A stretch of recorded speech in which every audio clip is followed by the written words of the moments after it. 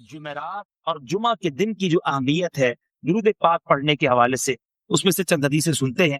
حضرت ابو ہریرہ رضی اللہ تعالیٰ عنہ سے مروی ہے، رسول اللہ صلی اللہ تعالی علیہ وسلم نے فرمایا، جمعرات کے روز اللہ عز و جل اپنے فرشتے بھیجتا ہے جن کے پاس چاندی کے کاغذ اور سونے کے قلم ہوتے ہیں۔ وہ جمعرات کے دن اور جمعے کی رات مجھ پر کثرت سے درود پڑھنے والوں کے نام لکھتے ہیں۔ یعنی ایک اسپیشل ارینجمنٹ ہوتا ہے، ایک اہم طریقے سے تیاری ہوتی ہے جمعرات کی رات۔ فرشتوں کے پاس چاندی کے کاغذ ہوتے ہیں، سونے کے قلم ہوتے ہیں، اور وہ جمعرات کی رات اور جمعہ کے دن درود پڑھنے والے جو ہوتے ہیں ان کے نام اس میں لکھتے ہیں۔ سبحان اللہ، سبحان اللہ۔ نبی پاک علیہ الصلوۃ والسلام کا ایک اور فرمان سنیے، اللہ عز و جل کے کچھ فرشتے ہیں جو خاص نور سے پیدا کیے گئے ہیں، وہ صرف جمعے کی رات اور جمعے کے دن زمین پر اترتے ہیں۔ یعنی وہ صرف جمعرات اور جمعے کے دن زمین پر آتے ہیں، ان کے ہاتھوں میں سونے کے قلم، چاندی کی دواتیں اور نور کے کاغذ ہوتے ہیں۔ صرف نبی پاک علیہ الصلوۃ والسلام پر جو درود پڑھا جاتا ہے اس کو لکھتے ہیں۔ اللہ اکبر، اللہ اکبر۔ پھر جمعرات کی رات فضول باتوں میں گزارنی، جمعہ کا دن کھیل کود میں گزارنا، یہ خاص وقت ہے درود پڑھنے کا، یہ خاص وقت ہے نبی پاک کی بارگاہ میں گویا حاضری دینے کا۔ ایک اور حدیث سنیے، مولا علی کرم اللہ تعالی وجہہ الکریم اس حدیث کے راوی ہیں۔ آپ نے ارشاد فرمایا، جس نے جمعہ کے دن 100 مرتبہ نبی کریم صلی اللہ تعالی وسلم پر درود پڑھا، اور وہ اپنے ساتھ قیامت کے دن آئے گا تو ایک ایسا نور لے کر آئے گا، اسے اگر تمام مخلوق پر تقسیم کر دیا جائے تو کافی ہوگا۔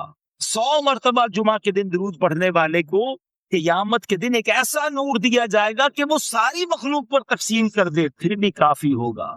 ذرا غور کیجیے مدنی چلتے نہ رہے، جمعہ کا دن درود پڑھنا گویا ہمارے لیے عید کا دن ہے، رحمتوں کے نزول کا دن ہے، خوب برکتیں لوٹنے کا دن ہے۔ اللہ کرے کہ ہم اس دن کی اہمیت کو سمجھنے میں کامیاب ہو جائیں اور خوب درود پاک پڑھنے والے بن جائیں۔ اب دل کو تھام لیجیے، اپنے حواس قابو میں رکھیے۔ اب میں آپ کو وہ حدیث سنانے جا رہا ہوں جس میں خود نبی پاک علیہ الصلوۃ والسلام نے اپنے امتیوں کو اپنے ہی دیدار کی تعلیم عطا فرمائی ہے کہ اگر میری زیارت کرنا چاہتے ہو تو یہ وظیفہ کرنا ہے۔ اب غور سے سنیے، حضرت ابن عباس رضی اللہ تعالیٰ عنہ سے مروی ہے، رسول اللہ صلی اللہ تعالیٰ علیہ وسلم نے فرمایا، جو مومن جمعے کی رات 2 رکعت اس طرح پڑھے کہ ہر رکعت میں 25 مرتبہ قل هو اللہ احد، یہ پوری سورت سورہ فاتحہ کے بعد پڑھے، یعنی 2 رکعتیں پڑھنی ہے، پہلی رکعت میں سورہ فاتحہ اور 25 بار قل هو اللہ شریف، دوسری رکعت میں بھی سورہ فاتحہ اور 25 بار قل هو اللہ شریف۔ پھر میرے آقا فرماتے پھر 1000 مرتبہ یہ درود پڑھے۔ اب یہ درود اسکرین پر بھی آپ دیکھیں گے، اللہم صلی علی محمد النبی الامی، تو آنے والے جمعے سے پہلے خواب میں میری زیارت کرے گا، اور جو میری زیارت کرے گا اللہ عز و جل اس کے گناہ معاف فرما دے گا۔ اللہ اکبر۔ باوضو ہو کر، تیاری کر کے، ایک جس کو کہتے ہیں نا کہ فوکس کے ساتھ جمعرات کی رات یہ وظیفہ ضرور کیجئے گا، انشاءاللہ اللہ نے چاہا ضرور کرم ہوگا۔ میرے آقا بڑے کریم ہیں، اور جب انہوں نے خود ہی یہ تعلیم دی ہے، مجھے بہت امید ہے کہ نہ جانے اس کی قسمت کا ستارہ چمک اٹھے اور ہمارے بہت سارے ناظرین کو نبی پاک کی زیارت نصیب ہو جائے۔ درود پاک پڑھنے کے بے شمار فضائل و برکات ہیں۔ کعبے کے بدر الدجا، طیبہ کے شمس الضحیٰ، صلی اللہ تعالی علیہ وسلم کا فرمان عالی شان ہے کہ جو کوئی شخص جمعہ کے دن مجھ پر 200 مرتبہ درود پاک پڑھے، اس کے 200 برس کے گناہ معاف کر دیے جاتے ہیں۔ تو یہ بڑا مبارک دن ہے، اس دن ہمیں کثرت سے درود پاک پڑھنے چاہیے۔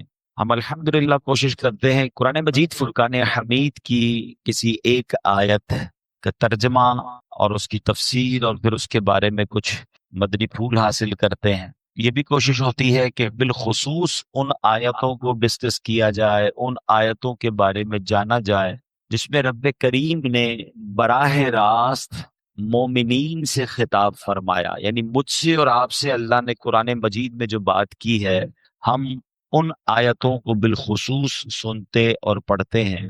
آج قرآن پاک کی جو آیت ہم سنیں گے، پارہ نمبر 3 ہے، سورہ بقرہ ہے، اور آیت نمبر 278 اور 279 ہے۔ پہلے میں تلاوت کر دیتا ہوں اس کا ترجمہ، اور پھر انشاءاللہ اس موضوع کو لے کر آگے بڑھتے ہیں۔ اللہ کریم قرآن مجید میں ارشاد فرماتا ہے، بسم اللہ الرحمن الرحیم، یا ایھا الذین آمنوا اتقوا اللہ وذروا ما بقی من الربا ان کنتم مؤمنین فإن لم تفعلوا فأذنوا بحرب من اللہ ورسولہ وَإِن تُبْتُمْ فَلَكُمْ رُؤُوسُ أَمْوَالِكُمْ لَا تَظْلِمُونَ وَلَا تُظْلَمُونَ۔ بڑی پیاری آیتیں ہیں، بہت اہم حکم بیان ہوا ہے اور براہ راست ایمان والوں سے بات کی گئی ہے۔ اللہ نے مجھ سے اور آپ سے قرآن میں کیا بات کی ہے، یہ ہمیں پہلے پڑھنا چاہیے، سمجھنا چاہیے، تاکہ میسج آف اللہ سبحانہ و تعالی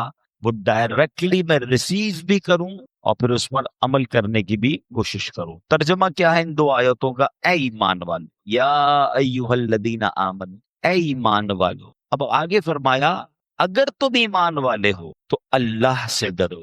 یعنی آپ دیکھیے قرآن میں جا بجا ہمیں رب کریم نے اپنے خوف کا ذکر فرمایا۔ یہاں اس سے مراد یہ ہے کہ ہمیں اللہ کی فرما برداری کرنی ہے، اللہ پاک کی ناراضگی والے کاموں سے اپنے آپ کو بچا۔ ایمان والے ہو تو اللہ سے ڈرو اور جو سود باقی رہ گیا ہے اسے چھوڑ دو۔ آگے فرمایا پھر اگر تم ایسا نہیں کرو گے تو اللہ اور اللہ کے رسول کی طرف سے لڑائی کا یقین کر لو، اور اگر تم توبہ کرو تو تمہارے لیے اپنا اصل مال لینا جائز ہے، نہ تم کسی کو نقصان پہنچاؤ اور نہ تمہیں نقصان ہو۔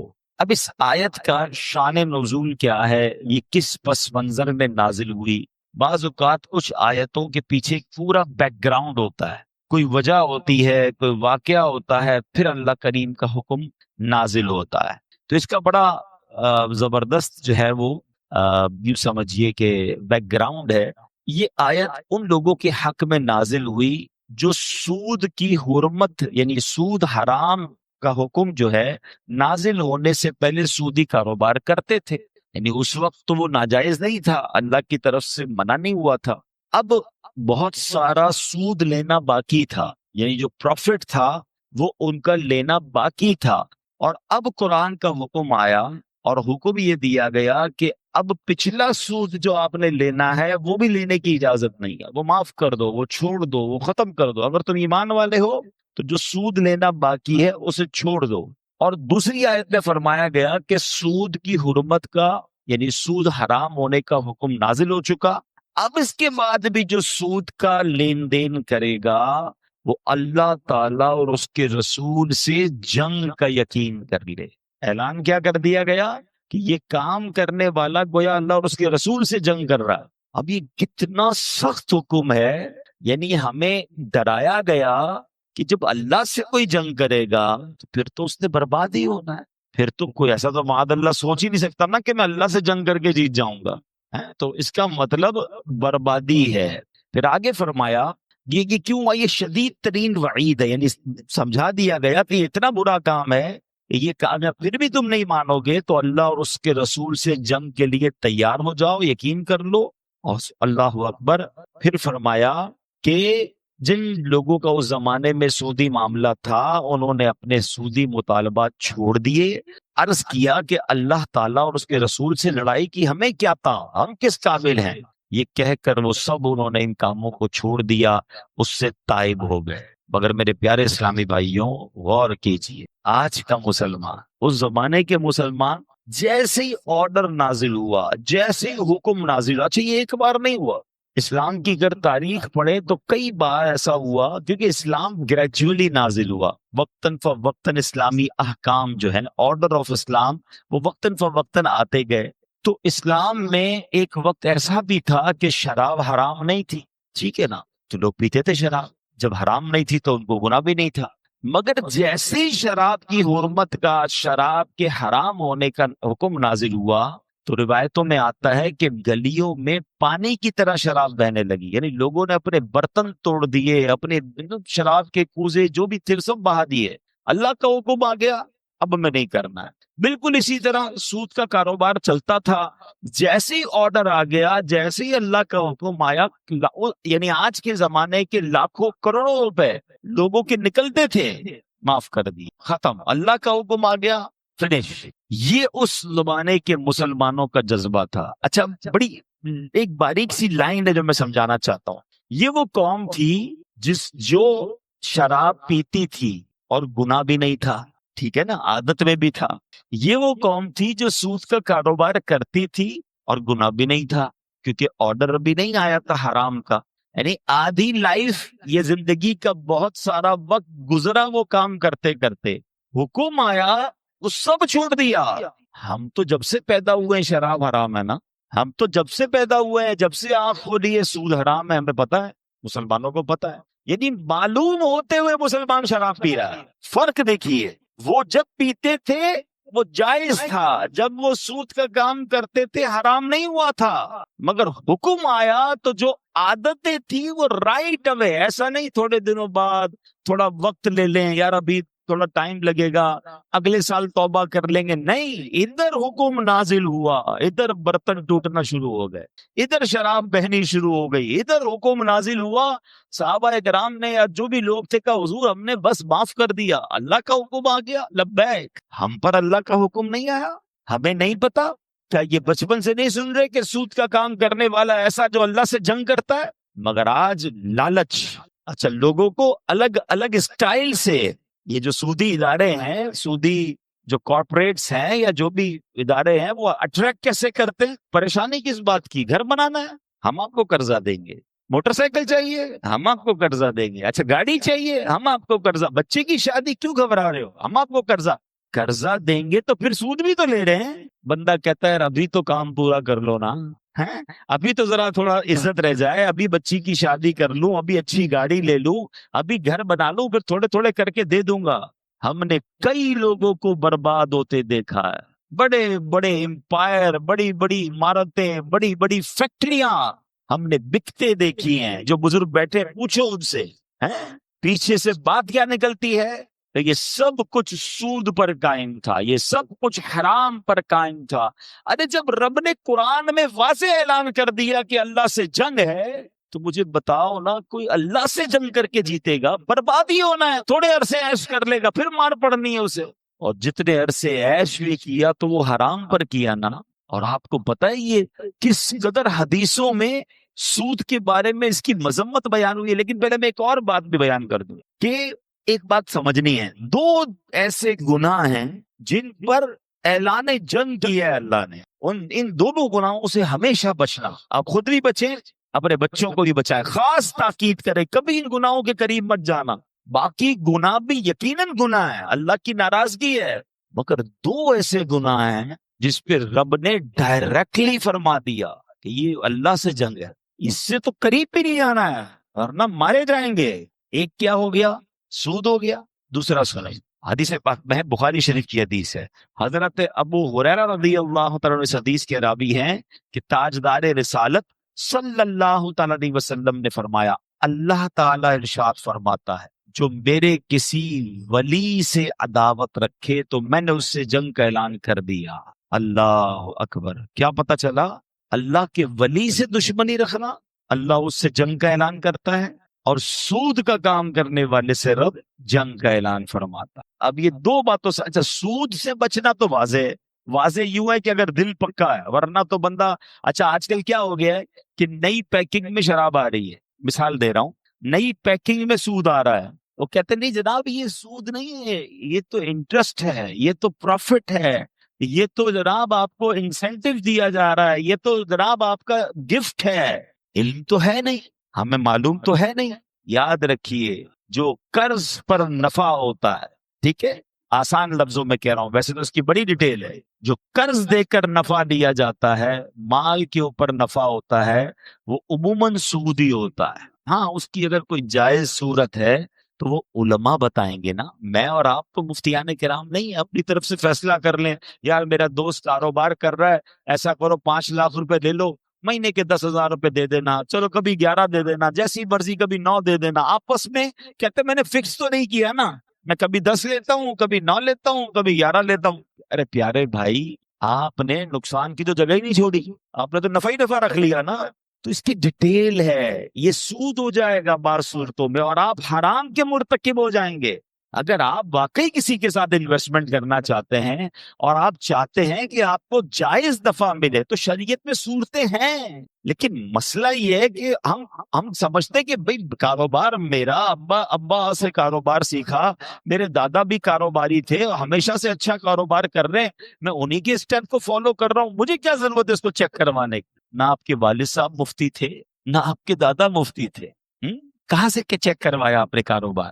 دیکھیں نا، شریعت کا فیصلہ تو مفتیان کرام علماء کریں گے نا بھائی. میں نہیں کہتا ہر کاروباری ڈیل لے کر علماء کے پاس جائیں، ایک بار جا کر اپنا پورا کاروبار، بلکہ میں تو نوکری والے اسلامی بھائیوں سے بھی گزارش کروں گا، کوئی حرج نہیں ہوتا، ایک بار ان سے بات کر لیں کہ میں اس طرح کاروبار کرتا ہوں یا یہ نوکری کرتا ہوں، یہ میری ماہانہ آمدنی ہے، حضور مجھے بتائیں کہ میرا اس میں جائز ہے یا ناجائز ہے، ٹھیک ہے نا. لیکن ہمیں یہ فکر ہونی چاہیے کہ میری آمدنی کا ایک ایک روپیہ حلال ہونا چاہیے.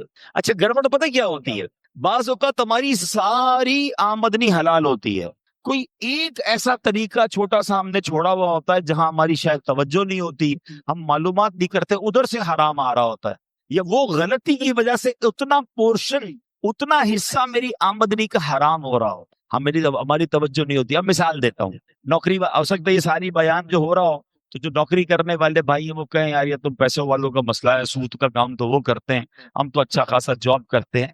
یقیناً جاب کرنے والے کے آمدنی میں حرام شامل ہونے کے چانسز کم ہیں، مگر چانسز ہیں. اب وہ کیسے ہیں؟ مثال کے طور پہ وہ ٹائم پہ نہیں جاتا، ٹھیک ہے نا، اس کی 8 گھنٹے کی ڈیوٹی ہے، کام 7 گھنٹے کا کرتا ہے، اور جناب حاضری 8 گھنٹے کی لگ رہی ہے، پیسے بھی 8 گھنٹے کے لے رہا ہے. اور اگر آپ کے جو دیکھیں، ایک تو گورنمنٹ جاب ہے، اس میں تو آپ کسی سے معاف بھی نہیں کروا سکتے، وہ تو آپ کو پورے گھنٹے ہی دینے، کوئی معاف کرنے کا اختیار نہیں رکھتا، تو لوگوں کا ٹیکس کا پیسہ ہے، آپ کو پورا ٹائم دینا پڑے گا.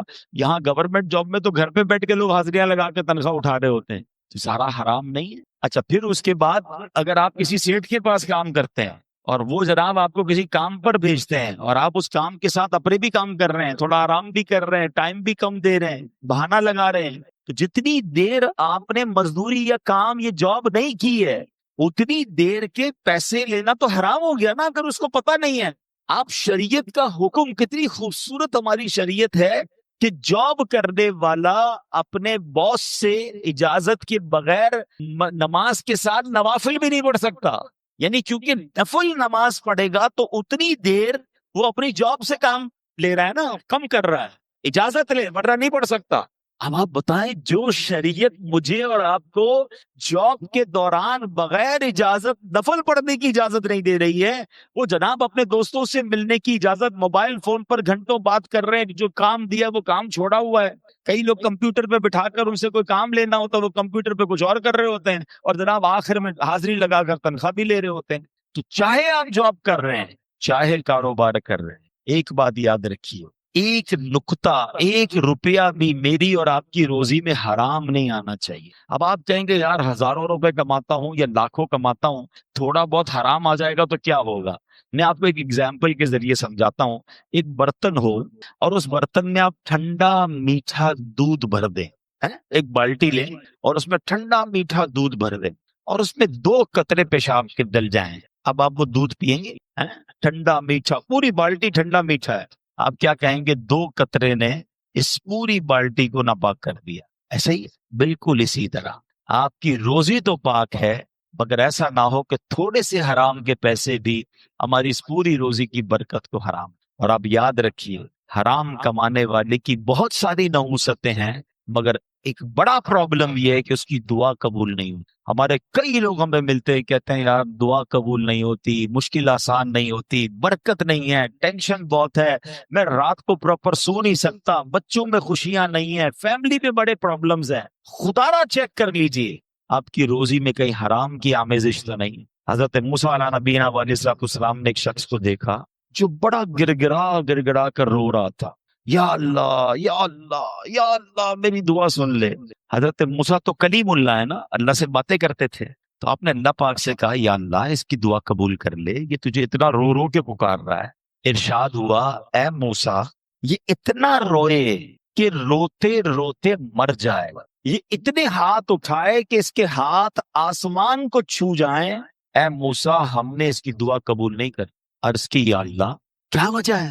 ارشاد ہوا اے موسیٰ یہ جو کھاتا ہے یہ حرام ہے، یہ جو پہنتا ہے یہ حرام. اب میں روزے بھی رکھوں، میں نمازیں بھی پڑھوں، میں جناب مقدس مقامات پر بھی جاؤں، میں رو رو کے دعائیں بھی کروں، لیکن روزی حرام ہے، پھر کدھر سے دعائیں قبول ہوں گی؟ عبادتیں بھی قبول نہیں ہوتی. اچھا پھر بچوں کو جو آپ حرام کھلاتے ہیں، اچھا لوگ کہتے ہیں میں اس لیے غلط کرتا ہوں کہ بچوں کے لیے کر رہا ہوں، اپنے لیے تھوڑی کر رہا ہوں. آپ غلط کر رہے ہیں. جو اپنے بچوں کے لیے حرام کما رہا ہے، روایتوں کا یہ مضمون ہے کہ جو باڈی، جو جسم حرام سے بڑھتا ہے، حرام سے پلتا ہے، وہ جہنم کی آگ میں جلنے کے قابل ہے. آپ تو اپنے بچوں کو جو نشو نما ہو رہی ہے، جو ان کی گروتھ ہو رہی ہے، وہ حرام سے کر رہے ہیں. آپ بچے کے لیے دودھ لا رہے ہیں، بچے کے لیے کھانا لا رہے ہیں، بچے کے لیے جو بھی لا رہے ہیں، اگر وہ حرام سے ہے تو آپ سوچیں. کچھ لوگ تو ایسی جاب تلاش کرتے ہیں کہ یار جاب 40,000 کی، اوپر کی کمائی لاکھوں کی ہے. نہ کرو ایسا. یہ اوپر کی کمائی آپ کما تو لوگے، مگر قیامت کے دن کیا جواب دیں گے؟ میں نے اسی ممبر پر بیٹھ کر ایک جملہ کہا تھا، آج پھر کہتا ہوں، کاش کسی کے دل میں بات اتر جائے. میں نے کیلکولیشن کی تھی، اور میری اس کیلکولیشن کو آپ سب سمجھیے. اپنی زندگی میں اپنی کمائی کا کتنا فیصد میں اپنی ذات پر خرچ کرتا ہوں؟ سب لوگ غور کر لیں، نوکری والے بھائی بھی، کاروباری بھائی بھی. اپنی سوال کیا ہے؟ اپنی زندگی میں اپنی پوری زندگی کی کمائی کا اپنی ذات پر، پرسنل میری ذات پر میں کتنا خرچ کرتا ہوں؟ میں نے حساب کیا 5%، صرف 5%. باقی کتنا خرچ ہو رہا ہے؟ بیوی پر، بچوں پر، ماں باپ پر، فیملی پر، یا بندہ کافی سارا چھوڑ کے مر جا. اپنے اوپر بندہ خرچ بہت تھوڑا کرتا ہے. ہم تو بعض اوقات اپنے نئے کپڑے بھی نہیں سلواتے، بچوں کے لیے لے رہے ہوتے. ایسا ہی ہے نا، ہماری خواہشات کم، فیملی بچوں کی زیادہ ہوتی ہے. اچھی بات ہے، اپنے بچوں پہ لوگ اچھا خرچ کرنا چاہیے، مگر جو میں سکھانا چاہ رہا ہوں، سمجھانا چاہ رہا ہوں، اب 100 روپے کمائے میں نے، اپنے اوپر کتنے خرچ کیے؟ 5. جواب دیجئے کتنے خرچ کیے؟ اللہ کی بارگاہ میں جواب کتنے کا دوں گا؟ 100 روپے. پوائنٹ سمجھیے، کمائے کتنے؟ 100. خرچ کتنے کیے؟ 5. جواب کتنے کا دوں گا؟ اگر وہ 100 حرام کے کمائے، خرچ تو 5 ہی کیے، مار پورے 100 کی پڑنی ہے، عذاب پورے 100 کا میں اٹھاؤں، باقی لوگ مزے کریں. تو یہ کتنی بڑی بے وقوفی ہے بھائی. جب میں نے اپنے اوپر خرچ 5% ہی کرنا ہے، مشکل سے بہت بہت شوقین آدمی ہے تو 10% کر لے گا، اس سے زیادہ نہیں. باقی تو بندہ جیتا ہی دوسروں کے لیے. جب میں نے دوسروں کے لیے کرنا ہے تو بار میں کیوں کھاؤں بھائی؟ میں نے حلال کمانا ہے. اور آپ یقین کریں، جس دن آپ نے طے کر لیا نا میں نے حلال کمانا ہے، اللہ نے آپ کے لیے راستے کھول دینے. وہ آپ کو سکون بھی دے گا، وہ برکت بھی دے گا، وہ آسانی بھی دے گا. کچھ آزمایا جائے گا، ٹیسٹر ضرور لگتا ہے. بندہ کہے یار آج حرام کا شٹر بند کیا، کل حلال کا کھلا کیوں نہیں؟ نہیں، تھوڑے دن لگیں گے، چیک کیا جائے گا پکا بھی ہے کہ نہیں، کہ اللہ کو نہ آزمایا کرو، اللہ پر بھروسہ کیا کرو. ہاں، اللہ کو لوگ آزما رہے ہوتے ہیں. دیکھو مولانا صاحب نے تو کہا تھا ایک دروازہ بند ہوگا 10 کھولیں گے، میرا تو دروازہ ہی بند ہو گیا. کچھ آزمایا جائے گا. غلط کیا تو اس کی سزا نہیں ملے گی. اتنے دن تک رشوت کھاتے رہے، سود کھاتے رہے، شراب کا کام کرتے رہے، کوئی سزا نہیں ملے گی. نہیں، تھوڑا ٹائم لگے گا، لیکن جب دروازہ کھلے گا نا، اور ایسی مثالیں موجود ہیں. میں کئی ایسے لوگوں کو جانتا ہوں جنہوں نے سود کے خلاف فیصلہ کیا، اپنی فیکٹری بیچ دی، اپنی پراپرٹی بیچی، اپنا کاروبار بند کیا کہ اب سود نہیں کریں گے، اللہ سے جنگ کر کے کیا کرنا ہے. اللہ نے ان کو پہلے سے اچھا کھڑا کر دیا اور ان کے کام اور اچھے ہو گئے. اور پھر جب دعائیں قبول ہونے کی بات ہو رہی ہے نا، کہ حرام والے کی دعا قبول نہیں ہوگی، تو بڑا خوبصورت سوال ایک بار حضرت سعد بن ابی وقاص رضی اللہ عنہ نبی پاک سے کیا. حضرت سعد بڑے کمال کے صحابی ہیں، میں آپ کو بتاؤں، یہ عشرہ مبشرہ میں سے ہیں. He is one of those 10 صحابہ کرام جن کو اللہ کے نبی علیہ السلام کی زبان مبارک سے زندگی ہی میں جنت کی بشارت ملی تھی. ویسے تو ہر صحابی نبی جنتی ہے، مگر یہ وہ 10 صحابہ ہیں جن کو نبی پاک نے اپنی زبان سے فرمایا تھا یہ جنت میں ہے، یہ جنتی ہے. حضرت سعد نے ایک بڑا کمال کا سوال کر لیا، یا رسول اللہ صلی اللہ علیہ وسلم، میں مستجاب الدعوات بننا چاہتا ہوں. آئے ہائے، مستجاب الدعوات پتہ ہے کس کو کہتے ہیں؟ جو دعا مانگے وہ دعا قبول ہو جائے. اس سے اچھی کیا بات ہے؟ کتنا کمال کی بات ہے. اچھا، نبی پاک علیہ السلام نے کوئی بہت طویل جواب نہیں دیا کہ اے سعد اتنے روزے رکھو، اتنی نمازیں پڑھو، اتنے سجدے کرو، اتنے ختم قرآن کرو، تب جا کے تم مستجاب الدعوات جاؤ گے. نو، اونلی ون لائنر آنسر، ایک جملے میں میرے آقا نے جواب دیا. فرمایا اے سعد اپنی غذا پاکیزہ کر لو تم مستجاب الدعوات بن جاؤ گے. آئے ہائے، میری غذا پاکیزہ، میری روزی حلال، اب دعائیں قبول. اب مجھے بتاؤ مسئلہ کیا رہے گا؟ ہم پیسوں سے مسئلہ حل کرنے جاتے ہیں اور پیسے حرام کما لیتے ہیں. پیسے حلال کر لو، روزی حلال کر دو اور ہاتھ اٹھانا شروع کر دو نا. اے اللہ بیماری دور کر دے، نہیں ہے علاج کے پیسے. اے اللہ تھوڑے مگر حلال ہے، اتنے بڑے ہاسپٹل میں نہیں جا سکتا. مگر جب آپ مستجاب الدعوات بن جاؤ گے تو میرا رب بغیر دوائی کے شفا دینے پر قادر ہے. میرا رب بغیر کسی ایفرٹ کی آپ کی مشکل دور. آپ کو لگتا ہے پہاڑ جتنی مشکل ہے، میرے رب کے لیے کیا مشکل ہے. ان اللہ علی کل شیء قدیر. یہ وہ رب ہے جب چاہتا ہے تو حضرت موسیٰ کے لیے دریائے نیل راستے دے دیتا ہے. یہ وہ رب ہے جب اپنی قدرت کا نظارہ دکھاتا ہے تو بہت بڑی آگ جو ہوتی ہے حضرت ابراہیم کے لیے باغ بنا دیتا ہے. وہی میرا رب ہے جب وہ چاہتا ہے حضرت یوسف کو اندھیرے کنویں سے نکالتا ہے اور مصر کا بادشاہ بنا دیتا. مجھے لگتا ہے میں کنویں میں پھنس گیا ہوں، مجھے لگتا ہے میرے سامنے آگ کھڑی ہے، مجھے لگتا ہے آگے غموں کا دریا ہے، راستہ نہیں ہے. اللہ پر بھروسہ کر کے اللہ کی طرف بڑھ جائیں، حرام چھوڑ دیں، وہ رب راستے بھی نکالے گا. وہ آگ کو باغ بھی بنائے گا اور آپ کو غموں کے کنویں سے نکال کر خوشیوں کے اجالے میں داخل کر دے. اصل چیز وہ بھروسہ چاہیے. شاعر مشرق نے کہا تھا نا، اگر آج بھی ہو ابراہیم سا ایمان پیدا. The condition is only one. ایمان نہیں ہے نا، وہ اللہ پر بھروسہ نہیں رہا ہے. اگر آج بھی ہو ابراہیم سا ایمان پیدا، آگ کر سکتی ہے انداز گلستان پیدا. آج بھی آگ گلزار بن سکتی ہے. تو بہرحال میرے پیارے اسلامی بھائیوں، آج قرآن پاک کی جو ہم نے آیت سنی ہے اس میں سود کی حرمت، سود کتنا بڑا گناہ ہے، اور سود کا کام کرنے والے کو اللہ نے فرمایا پھر اللہ سے جنگ کے لیے تیار ہو جاؤ. اگر نہیں چھوڑنا ہے تو تیار ہو جاؤ. حدیثیں بھی سن لیجئے. پیارے آقا علیہ الصلوۃ والسلام فرماتے ہیں جس قوم میں سود پھیلتا ہے اس قوم میں پاگل پن پھیلتا ہے. نبی پاک علیہ الصلوۃ والسلام نے فرمایا کہ 7 چیزوں سے بچو جو تباہ کرنے والی. صحابہ کرام نے عرض کی یا رسول اللہ صلی اللہ علیہ وسلم وہ 7 چیزیں کون سی ہیں؟ ارشاد فرمایا شرک کرنا، جادو کرنا، اسے ناحق قتل کرنا جس کا قتل کرنا اللہ نے حرام قرار دیا ہے، جو مسلمانوں کو قتل کر دیتے بلا کسی شرعی وجہ کے. نمبر 4 فرمایا سود کھانا. نمبر 5 یتیم کا مال کھانا. نمبر 6 جنگ کے دوران مقابلے سے پیٹ پھیر کر بھاگ جانا، یہ جہاد کے معاملات کے وقت. اور نمبر 7 پاک دامن شادی شدہ مومن عورتوں پر تہمت لگانا. یہ 7 ایسے گناہ فرمائے جو تباہ کر دینے والے ہیں. اور نبی پاک علیہ الصلوۃ والسلام فرماتے ہیں جس کسی بستی میں زنا یعنی بدکاری اور سود پھیل جائے اللہ عز و جل اس بستی والوں کو ہلاک کرنے کی اجازت دے دیتا ہے، رشتوں کو اجازت دے دیتا ہے کہ اب اسے ہلاک کر دو. سچ بتائیے یہ دونوں بیماریاں پھیلی ہیں کہ نہیں پھیلی؟ بدکاری بھی عام اور سود کو تو بڑے فخر سے بیان کیا جاتا ہے. میری فلاں جگہ انویسٹمنٹ ہے تو میرے فلاں جگہ انٹرسٹ آتا ہے تو میں نے سود پہ پیسے لگائے ہوئے ہیں. نہ کریں ایسا، نہ کریں، برباد ہو جائیں گے. ہم مسلمان ہیں، ہم اللہ کے بندے ہیں. اللہ نے قرآن میں واضح مجھ سے اور آپ سے فرمایا اے ایمان والو اللہ سے ڈرتے ہو تو پھر یہ کام نہیں کرنا. اللہ مجھے اور آپ کو حرام روزی سے محفوظ فرما، فقط حلال کمانے کی توفیق عطا فرما. اللہ ہمارے حلال میں ایسی برکت ڈال دے کہ کبھی حرام کا خیال بھی دل میں نہ آئے.